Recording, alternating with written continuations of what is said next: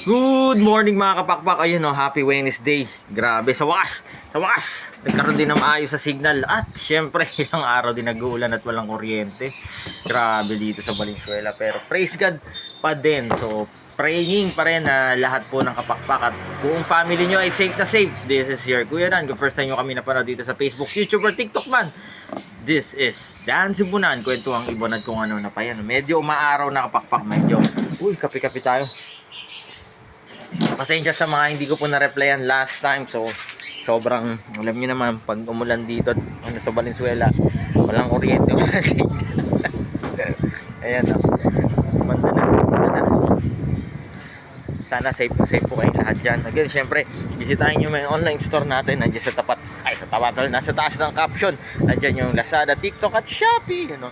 Medyo kumaganda na panahon. So, praise God pa rin, napakabuti ng Panginoon. Ingat po kayo, lagi po kayo mag-iingat. Pati yung family, mayroon po magkasakit ngayon. Siyempre, lagi po tayong magdadasal. Hanap po kayo ng Panginoon. At open na po tayo ulit at makakapag-deliver tayo, makakapag-reply po tayo today sa mga kapakpak natin na mga nagtatanong at sa mga ating client na may mga question. Yan. Again, siyempre maraming salamat sa walang suporta po sa suporta at pagtitiwala sa Dan Sibunan. Salamat po sa inyong lahat.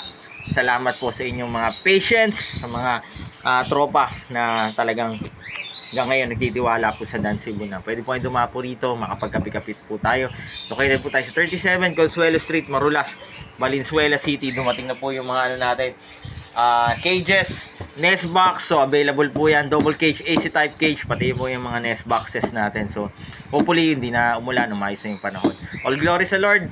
Maraming salamat. Again, lagi nyo pong tatandaan, mas masaya po ang buhay. Uy, kape-kape po tayo. Pag may ibon sa bahay, life is happier with birds at home. God bless po sa lahat. Bye-bye.